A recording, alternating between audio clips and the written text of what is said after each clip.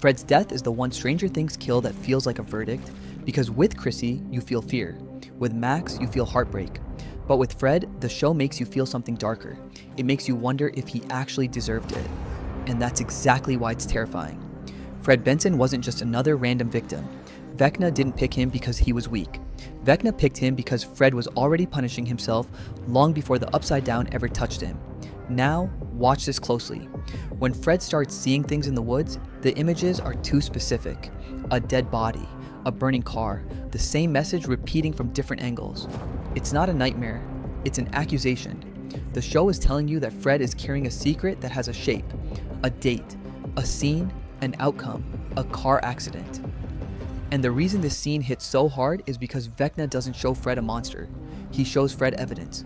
A burning crash, screaming, then that voice, clear as a judge reading a sentence. You killed someone. They don't feel like random fear.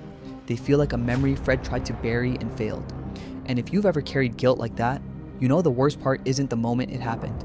It's the fact that it follows you into normal life. Vecna's victims all share something. Not just trauma, not just sadness. A loop. Chrissy's loop is shame, Max's loop is blame, Fred's loop is responsibility. And Fred's is the most dangerous kind of guilt because it comes with a belief attached to it. I deserve whatever happens to me. That belief is a doorway. Here's the real reason Fred's death feels more brutal than Chrissy's.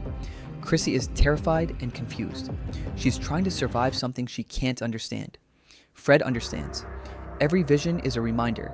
The crash, the body, the heat, the headline, the voice, the same point being hammered into his mind until he stops running. And that's what makes it cruel. Vecna doesn't just kill Fred, he makes Fred agree with the punishment.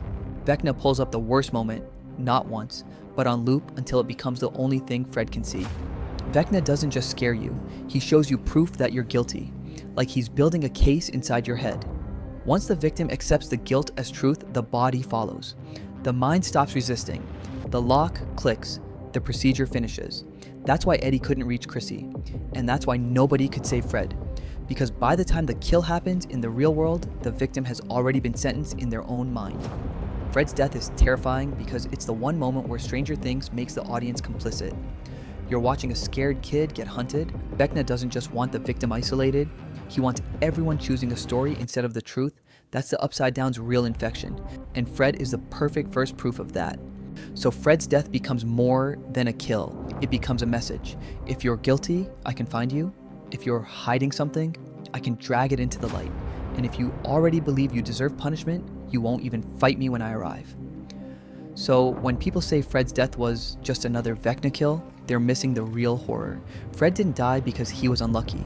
Fred died because Vecna found the one thing Fred believed about himself, that he deserved it. And once Vecna convinces you of that, the fight is already over. And that means the scariest part of Vecna isn't his strength. It's that he can make you carry the knife and think it's justice.